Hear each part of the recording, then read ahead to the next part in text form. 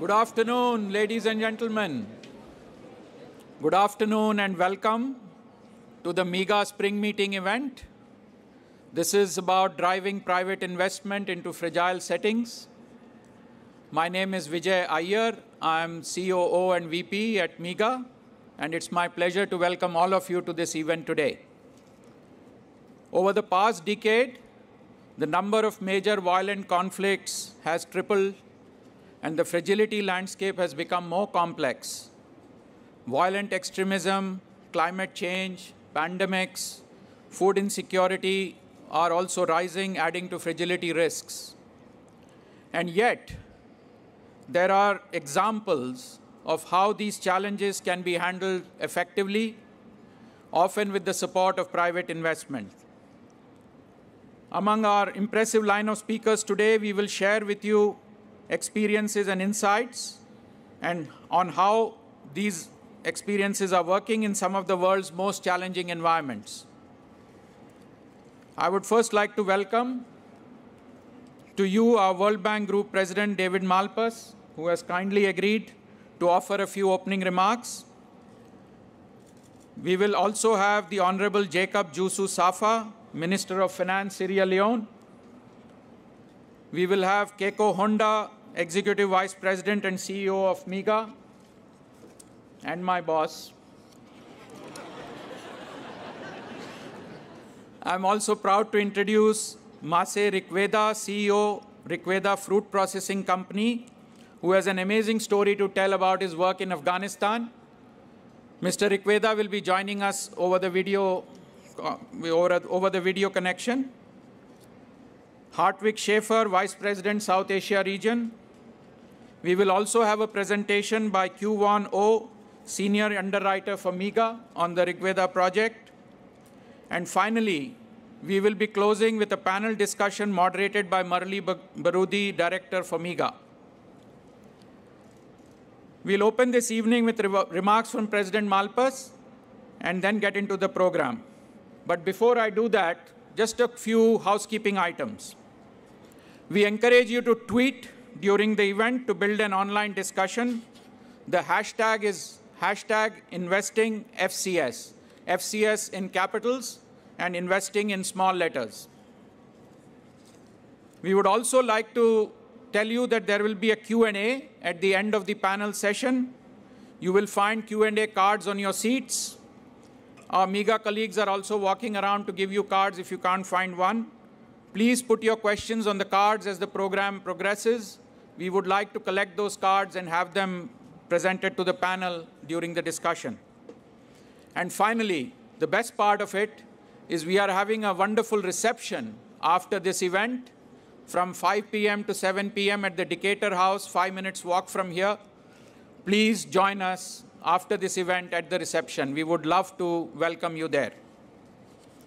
So without further ado, it is my honor to invite President Malpass to give his remarks. President Malpass.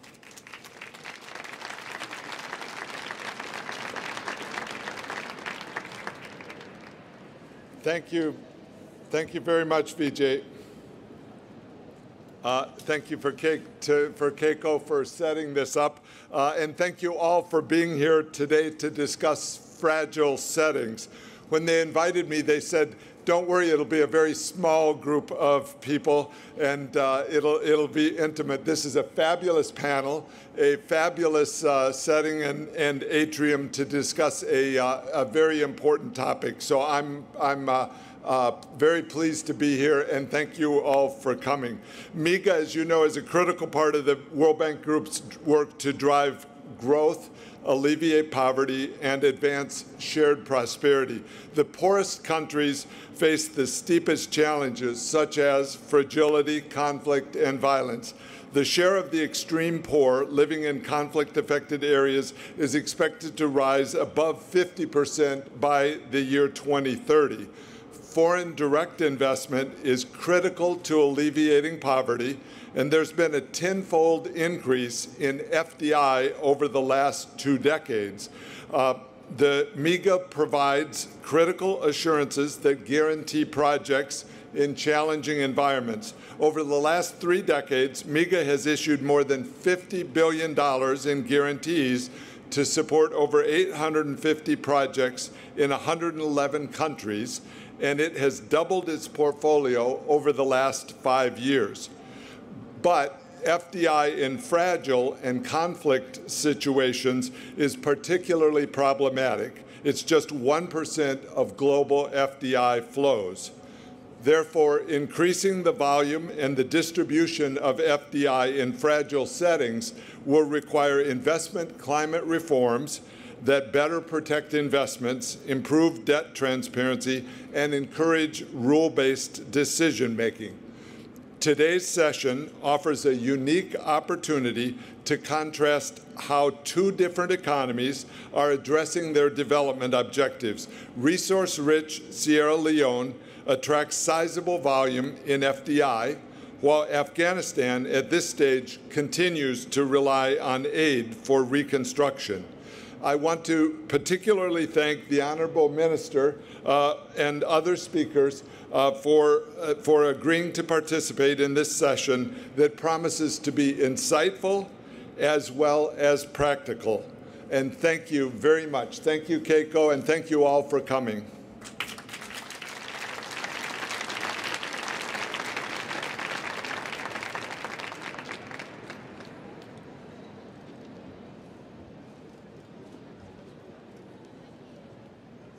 Thank you. He's tall. Thank you, Mr. Malpass, for those comments. It's my pleasure now to introduce Keiko Honda, CEO for MIGA, to come and give us her opening remarks. Keiko.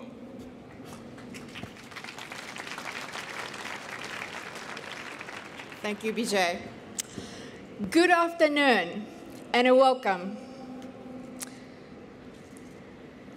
I hope still David hear us, but President also Malpass, I wanted to welcome him, and also I just wanted to thank him because I was very delighted that he had taken time out of his busy schedule to focus on this critical issue of drawing private investment into fragile setting.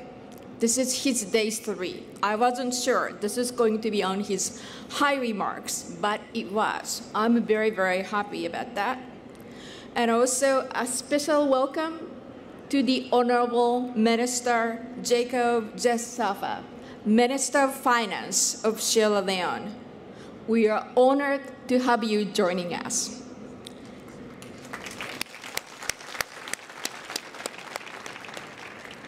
Welcome to MIGA Rikweda. I'm sorry visa was not ready on time, but thank you for joining us over the video. Also, warm welcome to my dear friend Hat Sheffer, as well as Melody Burundi. We are grateful. We are grateful to all of you for your willingness to share your insights. Thank you. Over the last 5.5 years, MIGA has grown, as President Malpass stated. We doubled our annual guarantee and more than doubled our portfolio to $23 billion, which is about the 53% of IFC's outstanding long-term portfolio. We are proud of our growth, but it is not our primary objective. Our mission is to create development impact and achieve our twin goals, eradicating poverty and boosting shared prosperity. We also aim to contribute to the sustainable development goals through increasing foreign direct investment. During the last 5 years, through our guarantee to private investors, 47 million people have access to power. 47 million. That is the population of Spain. In addition, 21 million patient consultations have been made possible, 7 million metric tons of greenhouse gases avoided. Over 17 billion of financing is going to SMEs, and 3.8 billion per year of taxes and fees will be paid to developing countries' governments.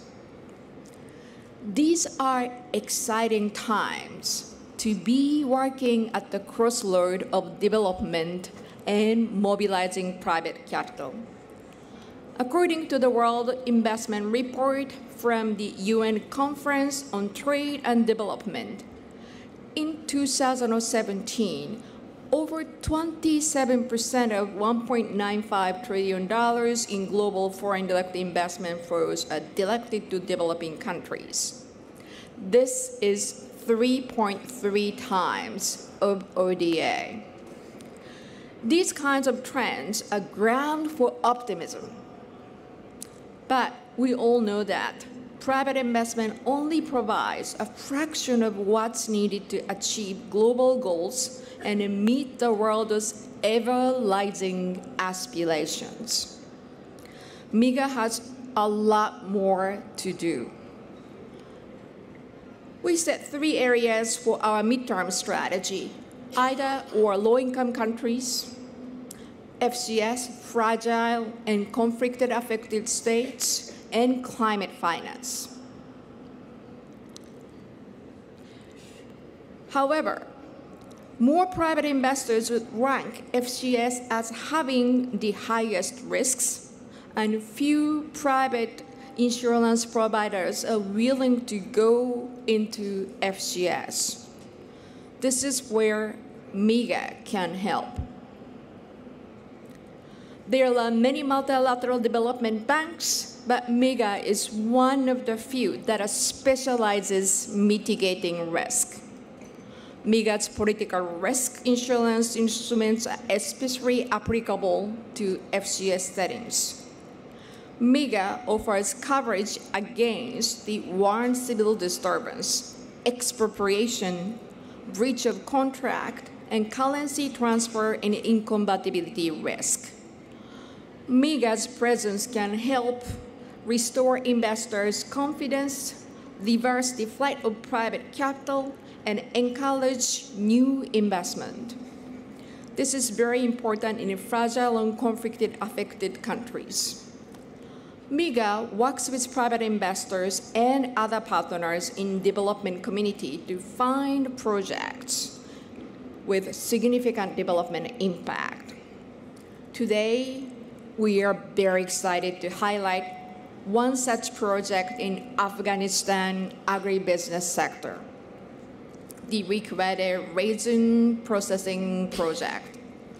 We will hear firsthand from Mr. Rikweda, CEO of Rikweda Fruits Processing Company, about the business challenges he faced and how he overcame them. Sierra Leone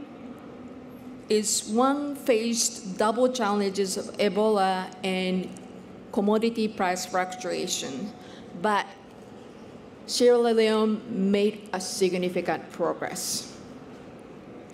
I'm also very excited to hear firsthand from the minister how he's welcoming, since we have covered some projects there and we also have pipeline project to come. At MIGA, we are eager to work with more private investors to leverage our operational model and deliver results in world's most challenging environments. We hope you enjoy the panel today. Thank you.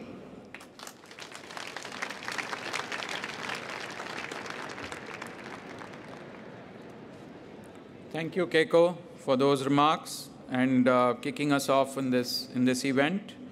I would now like to show you a video, Mitigating Risks in FCS, that will set the stage for the panel discussion and give you an overview of how challenges in FCS countries are being handled. So can we roll the video, please?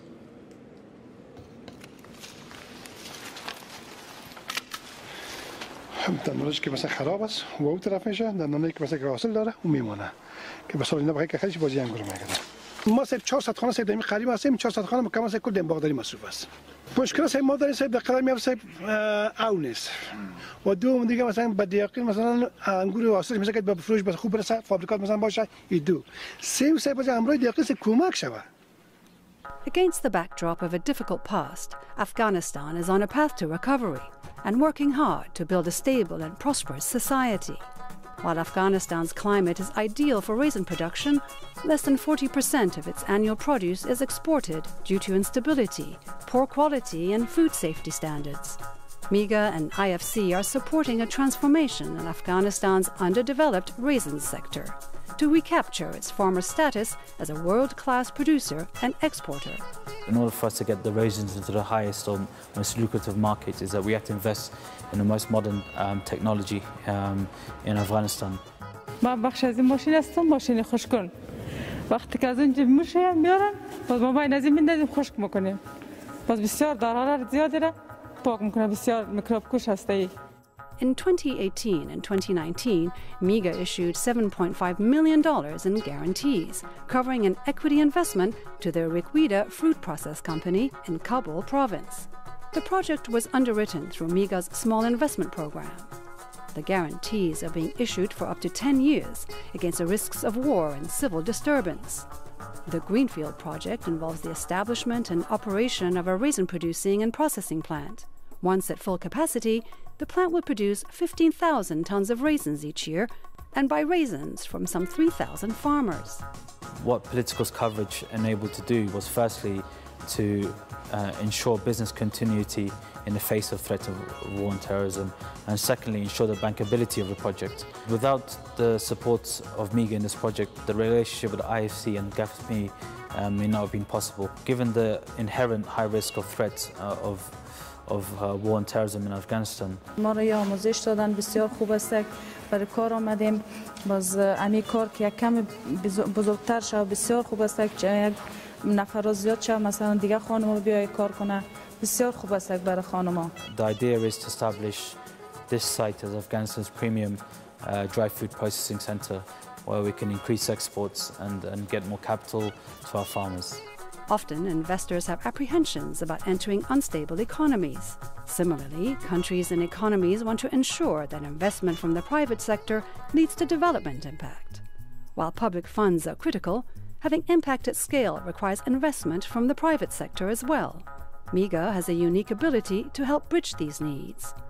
We currently provide political risk insurance in fragile settings, totaling some $1.7 billion, and supporting 23 active projects across 10 different countries. These projects cross a diverse range of sectors, from infrastructure to manufacturing to agriculture and financial services. They deliver real development impact to communities. An estimated 17,000 employees supported, 1,500 gigawatt hours in additional power generation, and $452 million of tax revenue. Economies coming out of conflict-affected situation need investment to help build dynamic and stable societies. Solutions must come not only from public sector, but also cross-border private investors.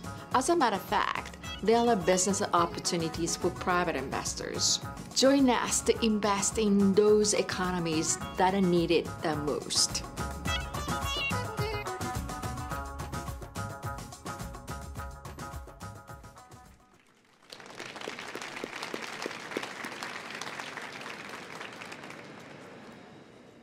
It's my honor to now welcome Honorable Minister Safa, Finance Minister of Sierra Leone, to address us. Hello. Yeah, thank you very much for the opportunity given to me to come and share with you my experience on the topic driving private investment to fragile cities. First of all, let me also thank you for recognizing the fact that fragile settings are of different characteristics and therefore attracting private investment is quite challenging. Let me start with establishing two facts here. One fact is that government revenue plus official development assistance is definitely not adequate for achieving this Sustainable Development Goals. That makes private capital a must. Another fact is that private capital creates jobs, which is very good for peace building and state building. That is why I want to recognize the G7 Plus group, the identification of private sector development as a major strategy in the G7 Plus group. The current strategy being formulated now by the G7 have recognized private capital. Now, if those two facts, the fact that the government revenue and ODA is not put together are not adequate to attract private capital, then what are the characteristics of this fragile state we need to recognize? First, fragile states often at times are characterized by unstable macroeconomic environments, generally speaking. There are different levels, but the general revenue is normally low, expenditure shooting up, inflation setting in, exchange rate depreciating, and so on and so forth. Then, fragile states normally have poor institutions. Institutions for businesses to flourish, institutions to regulate businesses. Generally, the infrastructure of fragile states is weak. Savings are generally low. And because savings are low, there's limited access to private markets. Therefore, they have to rely on some form of mechanisms to attract this private capital. There's what they call de-risking businesses. Somebody or some agencies have to decide to come in to reduce the risk of this private capital. In fact, I would not say foreign private. Private capital, private investment, be it domestic, be it external. But as a country, what have we done? First, the very fact that we've run 4 elections in a row, we've changed government twice, which means we have maintained our democratic credentials. That gives a signal of stability on the political front. So as a fragile state, fragile as we are, but we are democratic, at least by way of multi-party elections. We've relaunched our relationship with the IMF and the World Bank. Last year, after 1 year of suspension of the program, we relaunched our relationship. The ECF was signed. By my estimation, we are fully in gear. The fundamentals have been put under control and progress is being made. That restores or should restore confidence in private investors out there. We've launched a massive anti-corruption crusade, which is normally an impediment and also a characteristic of fragile states. Fragile state because the state legitimacy is relapsed, there's a tendency for corruption to ripe in fragile states. But as a government, we've relaunched, we've started or initiated a massive anti-corruption drive, which also should give confidence to the investor. There's a serious reform going on in the financial sector, which is very necessary for dragging private investment. The doing business, ease of doing business reforms we've initiated, although we are ranked 163 out of 190 countries overall, but to start up of business, we are around 55 out of 190. So many other reforms have been put in place. We've just discussed the governance structure, but both at the ministerial level and the technical level to see how some of those reforms could be pushed ahead. So if private sector, private investment is challenging to flow into the fragile state because of the characteristics I mentioned, then de-risking it is very essential. Therefore, the need for MIGA. MIGA has been with us, and MIGA is with us. We expect MIGA to be with us in the future. They do currently the ground handling at the airports. They insure that one. They provide a guarantee for that. Then the telecoms, Sonatel, stroke Orange company, they provide a guarantee for that. Then there is a very large Japanese-American food processing plant, or rather industry, about to be established. MIGA is with us. So we do expect that more of this investment, more investors who are scared, who are afraid to come into Sierra Leone, will be attracted first on the fact that as a government we are making all the efforts at the macroeconomic front, structural reforms, institutional building, peace building, sustaining the gains of democracy, and also take the advantage that MIGA can offer. So I stop for now. Thanks.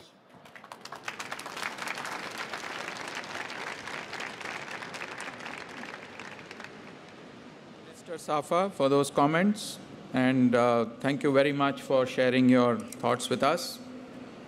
I would now like to invite Mr. MIGA Rikweda, CEO of Rikweda Fruit Processing Company, to share his thoughts with us. He's coming to us live from London.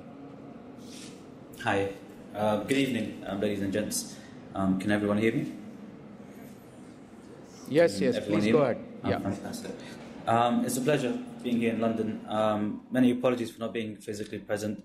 While I'm not sure how worthy I am to be speaking to such an audience and esteemed panelists, I'm grateful for the opportunity nevertheless. I just want to talk about the sort of human relationships that can make the private sector and institutions like MIGA work. Afghanistan has become a tragic story in human history as of late. Once it was stubbornly proud and dreamt of modernity, whether justified or not is another question. But now, unfortunately, it's a story of unjustifiable suffering for the most part, just like many other regions in the global south. It's against this backdrop that sets the context of why we find ourselves here today, namely the relationship between us at Rikweda and the World Bank Group. I hope our story shows the importance of the continued support from the World Bank Group to Afghanistan's development. Often I think about the luck involved in this process. When I submitted our proposal to our extraordinary country manager, Wajma Karahel, who's always so welcoming, I did so in hope, in entrepreneurial hope, and I use that term lightly. I didn't imagine I'd be sitting here today speaking to yourselves, but the support from Wajma and from the IFC investment and advisory team led by Shruf and MIGA's Q1 shocked me slightly, well, maybe not slightly, a lot, because these sort of things don't happen in Afghanistan, especially in our sector of agribusiness. Both institutions went out their way to understand the challenges, the risks and opportunities of the raisin sector in Afghanistan. They've even made a site visit, which I believe is the first time in their history. Together they developed a concept from which we collectively can proceed and support our project. Ashraf and Q1 and their respective teams probably went beyond their bounds of duty to support the project. Sorry, I just lost my train of thought. Furthermore, this process required the intervention of the World Bank's GAFSP program led by Niraj, and they kindly lent their support to this project.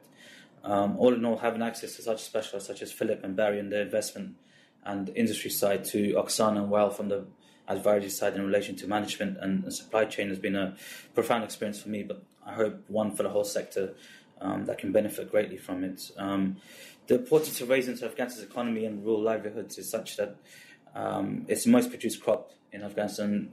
Some 45% of the rural economy depends on it. More small landowning farmers and families and households are involved in grape and raisin production than any other crop. The support to this vital sector could not have been possible without MIGA. The institution provided the safety net needed to ensure this project gets off to the best start. And I'm super grateful to Q1 and all his team for their unwavering support during this process. Our mission is really to help farmers and households choose the best quality raisins they can, give them access to the most lucrative markets so they can get the most amount of value for their produce and labor.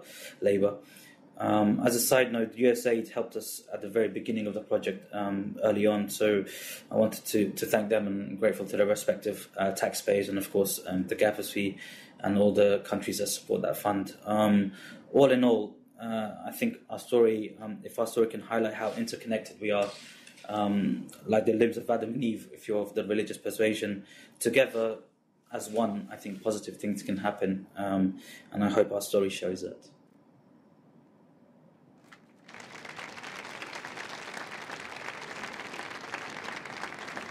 Thank you, Mr. Rikweda, for sharing your thoughts. And please stay on.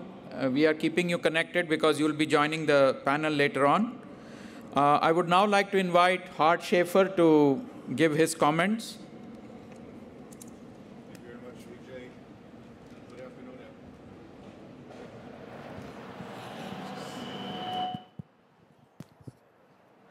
afternoon. Thank you very much, Vijay. Good afternoon, everybody. I bet you when we think of Afghanistan, we don't think of Afghanistan as a destination for investors. I bet you most of us don't even remember that Afghanistan once used to be the market leader for raisins. Today, well, a few years ago, raisins produced in Afghanistan were sold at a lower price because of low quality, no value added, no processing. So what happened? What changed? When we think of fragile environments, fragile and conflict states, we know that investors are most concerned about political risk. And the World Bank has instruments to actually give the investors comfort to address and mitigate those political risks. What happened in this case of the Rikweda investment? It was the World Bank group, the World Bank, the IFC, and MIGA working together. We all have a share in this, and we all did our part in making sure that this investment was actually happening.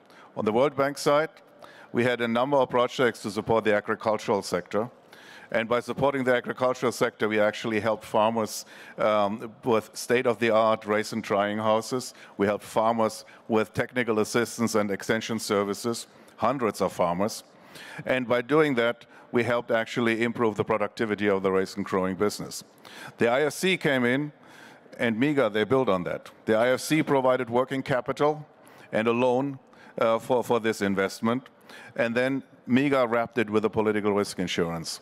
This is what maximizing finance for development is all about, bringing in private investment to help improve livelihoods, to help grow private sector business, to help create private sector-driven jobs. So in this case, I think this would not have been possible without having a facility under the IDA 18 replenishment, the private sector window, which is actually making investments that otherwise would not be viable, brings them across the line to make them viable. That is one of the messages. This IDA private sector window is particularly important for fragile situations, post-conflict situations. The other one is we can create markets, and this is what we basically did. We created a market for the high-quality raisins that are being produced in Afghanistan. And I would say if we can do this in Afghanistan to reach farmers, 3,000 farmers, as we heard, and not only did we reach 3,000 farmers, but 3,000 households in rural areas, which has a lot of follow-on effects in terms of improving livelihoods and well-being of the rural population in Afghanistan. So if we can do this in Afghanistan, I would venture to say we can do it anywhere. Thank you.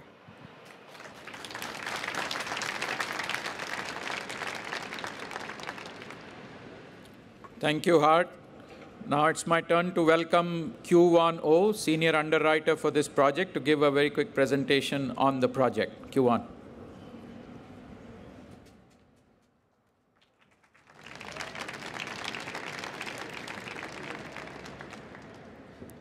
Good afternoon, everybody. Today, imagine yourself making investment with your own money of $6 million. In which country you would like to make investment in? Here in the United States or European countries? What about it in Afghanistan? If it is Afghanistan, then what would be your concerns? And do you think you will be able to raise the required funding successfully? Today, I'm going to talk about a story of an investment made into Afghanistan by Rikweda family. The Rikweda family, who had been engaged in the raisin trading for decades, set up a new raisin processing plant near Kabul last year, which they will produce about 15,000 tons of quality raisins per year, which will also double the raisin processing capacity in the country. Risk and fundings are the most important consideration for any investment in any countries. It's like when we buy a house in the United States, we also need a mortgage loan for funding, and also we need homeowners insurance for risk. So this was also the case for this project as well. Rikweda family, for these projects of the $9 million, the total investment cost, they invested their own money for capital expenditure, but they had to raise additional $2.5 million for working capital needs during the operation. At the same time, they really wanted to protect the project from the risk of a war and civil disturbance in order to improve the bankability of the projects, as well as to ensure the business continuity in the worst case scenario. But as you know, because of the risk, those products were not readily available in the project for a greenfield project like this in an extremely high-risk country. And as a result, the project was at risk of not moving forward. So this was when IFC and MIGA stepped in to support the project. IFC provided the needed loan and advisory services, and MIGA also provided political risk insurance. In the event when the project assets are damaged by the war and civil disturbance events, then MIGA will compensate the investors to rebuild the factories and also to help them to fulfill their financial obligations. But that was not the end of the story yet. Even before MIGA and IFC team stepped in the project, IDA already laid the groundwork to support the raisin sector in Afghanistan. So they supported the construction of the drying and storage facility to help the farmers to grow higher quality raisins. Our lesson is that the private investors in FCS countries are always desperately looking for, first, strong risk mitigation measures, and second, competitive financing solutions, and third, enabling environments, which are not readily available in such a market or the virtually non-existent. The lesson that we learned from this project is that the World Bank Group has all of these tools in our hands already. And if we collaborate, we'll be able to create a new market even in high-risk country like Afghanistan. The project is going to build a very strong value chain. The Rikweda plants will purchase raisins from 3,000 local small farmers, which will help them to improve their livelihoods.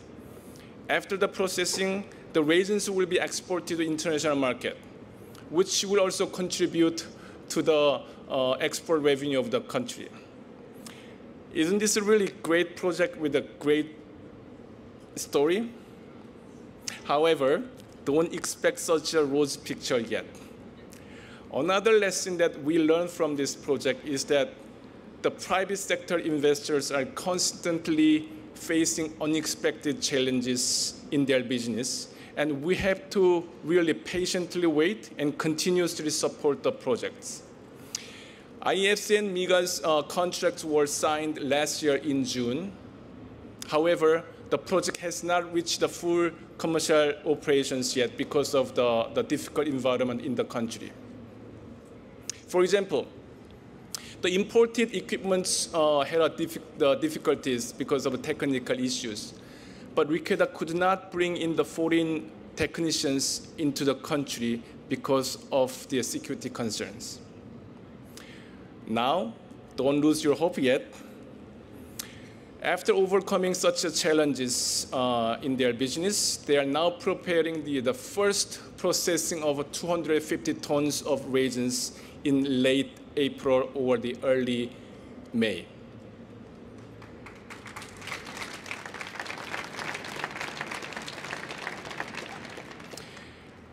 Afghanistan's low humidity and high temperature produce the best quality of raisins in the world, with a soft texture and tantalizingly sweet flavor. In the early 1970s, Afghanistan supplied about 20% of raisins in the global market. However, ever since then, as you know, the country has suffered from ongoing war and political instability. And the raisin sector declined to 30% to 3% of the global market now. So this project is really important. And the success of this project will send a strong signal about Afghanistan's resilience to increase their market share and to sell the high-quality raisins in the global market again. With this, I really look forward to the listening from Mr. MIGA Rikweda and distinguished panelists about their insights and experience about private investment in fragile settings. Thank you.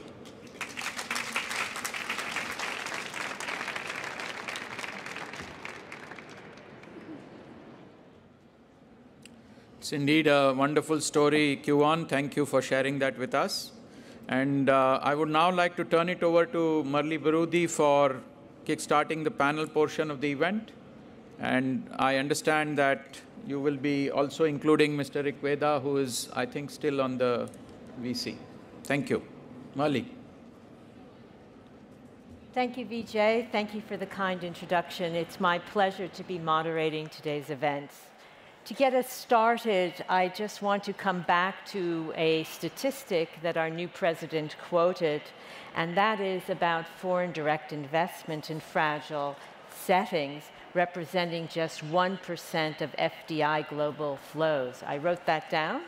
I think that's a very shocking statistic. But I was encouraged by what Keiko Handa, MIGA CEO, explained about how MIGA can help change these statistics around for the good.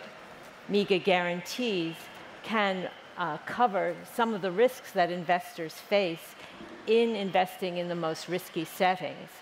And MIGA is very clear in its objectives and priorities. It wants to make these guarantees that it offers to foreign investors available in the most fragile settings.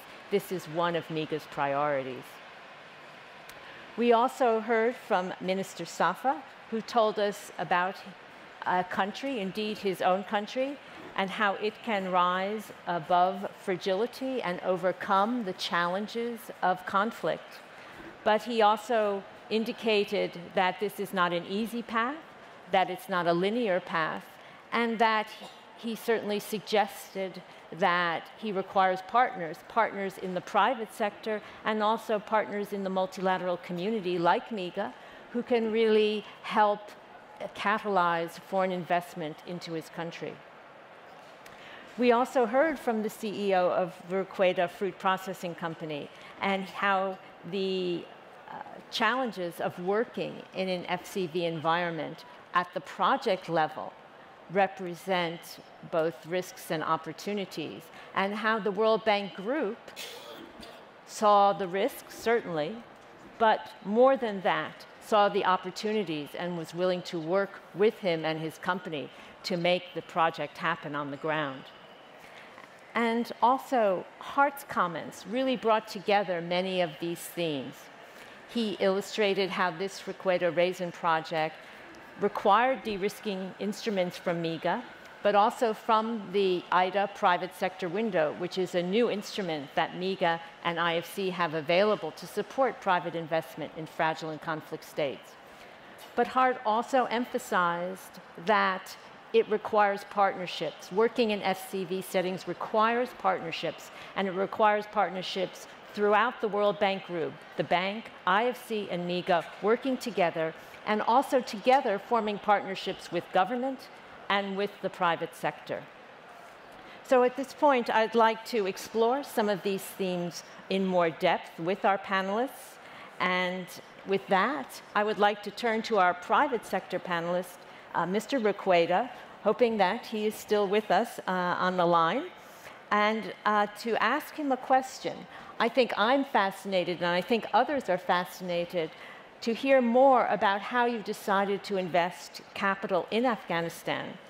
How did you overcome your reservations and fears about the potential loss, not of your expected profit only, but also the potential loss of your capital investment? I think everyone would like to hear more about that. Yeah, sure, thank you. It's a bit of a difficult question in the sense that it was a combination of things of why we decided to invest in Afghanistan. One is obviously regenerative disposed to the region. We're from there. So that's one aspect. The second aspect was historically my family's been in the business, so there is a little bit of expertise. And the third, I suppose, is the business opportunity. We knew that we had a great product. It just needed to be modernized and professionalized. And if we got it out to the most lucrative markets, we are very confident that we can make the sales. And it can be a very, very good business opportunity on that side. Personally, for myself, I wanted to try and make an impact in the country, and a lot of thinking of how I can do that.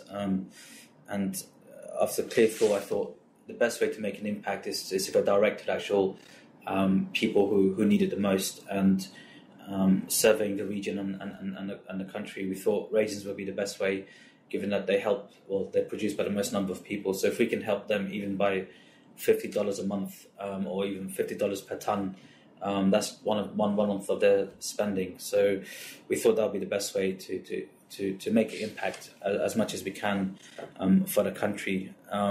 It's not the most sexiest industry in the world. It's not like it's I'm in Silicon Valley with a multi-billion-dollar app and I'm living it large, but nevertheless it's agribusiness, and it affects the people who need help the most. So hence why we invested in the product, in raisins in the country. In relation to if we were afraid about the risk and the returns, I have to be very honest. Maybe it's entrepreneurial naivety or being blinded by the opportunity at hand. At the beginning, we didn't really think too much of it. We didn't produce a pie chart, for example, with all the risks and saying, "Hey, Dad, guess what? We have X amount of percentage that the factory can get blown up." So we didn't do that at the beginning.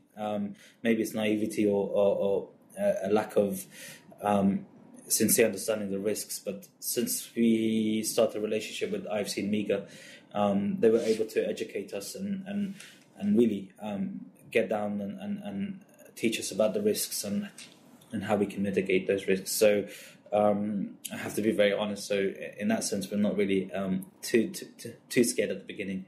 And we probably can have a good night's sleep, given that we are insured by MIGA. And yep, that's it, generally. Okay, well, thank you very much for sharing those very honest remarks with us. And in turn, I'd like to now perhaps turn to you, Hart, and ask you also to share your experience, because you have been a crucial player in launching the Maximizing Finance for Development initiative here at the World Bank Group. And now, in your current role, you are the keeper, so to speak, of Maximizing Finance for Development in South Asia.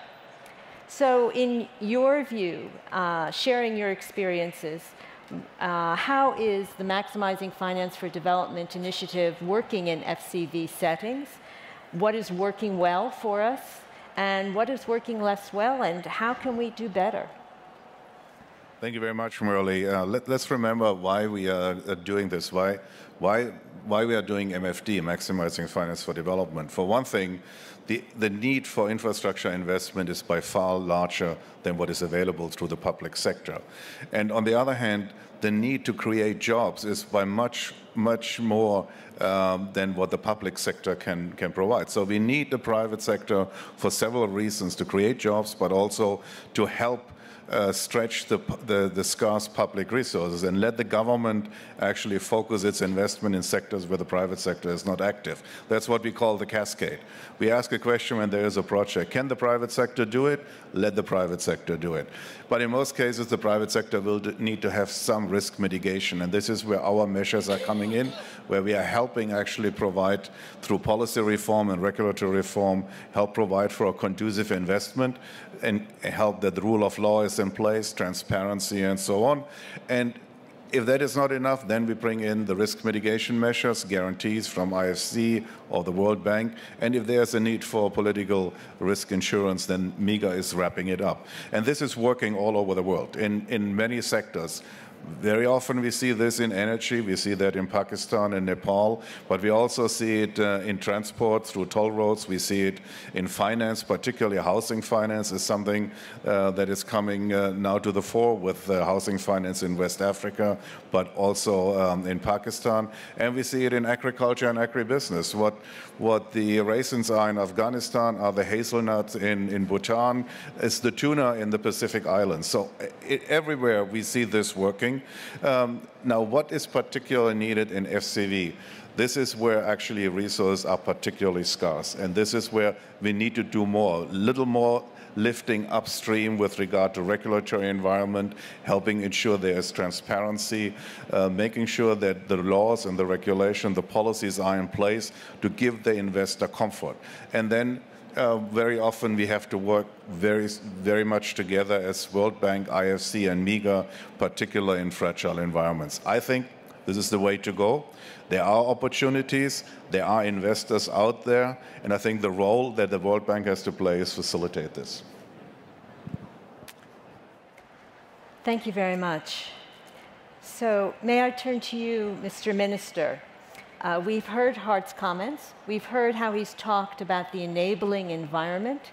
That is a very important part of the whole maximizing finance for development and enabling private sector investment to come into countries. So if you could tell us, in your own country, Sierra Leone, what do you see are the key factors for mobilizing private investment today? How do you see what is required to ensure that you can mobilize private sector investment to come into your country? Yeah, thank you very much. I think the major factor, to my mind, for private sector investment is the policy, regulatory, and the legal framework. I mean, investors need to have the policies clear. They don't want you to second-guess. They don't want to second-guess the policies. The policies have to be very clearly communicated, and they must have confidence in predictability. They must have confidence in the consistency of the policies. They can't be saying something, the Minister of Agriculture and the Minister of Finance has a different policy. That the investors don't want that. They want a justice system that can protect their interests. You must have a fast-track court. So to that end, we've got a fast-track court for commercial cases. So that when your matter is in the court, within 3 to 6 months, the verdict is passed, decisions are made. You must pass into law some of the policies to make them very strong. And to me, that is key. Added to that, it's the whole issue of the enabling environment, the other issue of the macro stability, which is a key fundamental. But the infrastructure is also very key. Basic infrastructure has to be in place. Energy has to be in place. Telecoms has to be functional. Water supply has to be in place, and so on and so forth. You need a basic infrastructure, because if you don't get the basic infrastructure, the cost of doing business could be so huge. Now, luckily, as I said, we are a stable country as at now. I mean, stable in the sense we run elections 4 or 5 times. We change the government through the ballot boxes. There's no fighting. The guns have gone silent. Of course, we had disasters like Ebola, and the Ebola case and the mudslide the past 2 years. But praise God, we do not have it anymore. So we have an environment that is fairly safe. But yet, because we are within the category of fragile states, that is still not putting, how would I call it? It's still not attracting the investment we require. That's why, as part of our economic management program, we've moved from restoring confidence in our traditional partners to building trust in the minds of private investors. That's why the president, myself, the foreign minister, everybody is going out there to tell them, come to Sierra Leone. That is the place to invest. But as I said, centerpiece of our agenda is the anti-corruption aspect. Corruption does not only deprive the government the fiscal space to spend on social services, but it deprives the government of required investment. If an investor who walks into your country wants to invest, is going to create 2,000 jobs, generate social amount of revenue, probably social amount of foreign exchange.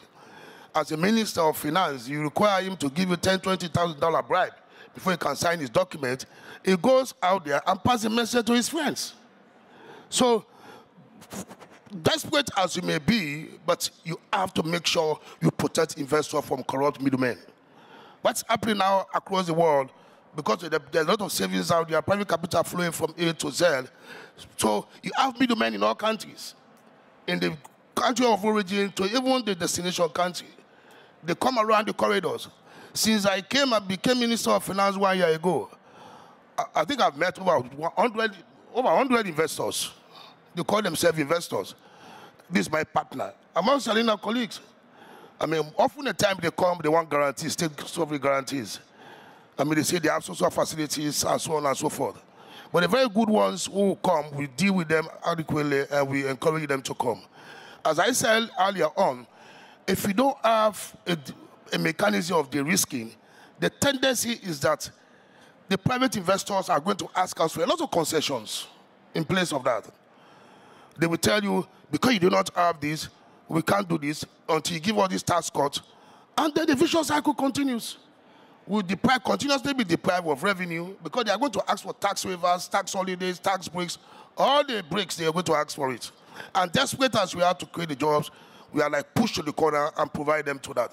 So the support of MIGA, we also ensure that we make a lot of savings in terms of concessions we lose. Revenue we lose through concessions. So on our side, we really think the political and legal framework is key, the infrastructure is key, and the anti-corruption moves, which we are on, should be able to attract investment. Thanks. Thank you, Mr. Minister. Thank you for sharing those very frank and honest remarks. Keiko, perhaps I could turn to you now. For those of us who work with you, we know that you speak to investors, private investors, every working day. Can you share with us the concerns that they express to you and what MIGA's advice is to them and how MIGA can help? Thank you, Merrily. MIGA covers multiple projects in Afghanistan in addition to this raisin project, in total $121 million. Sierra Leone, Your Honor, I think we're covering more than $250 million with some additional investments. So what the concern those people have? Many private investors, they have a concern.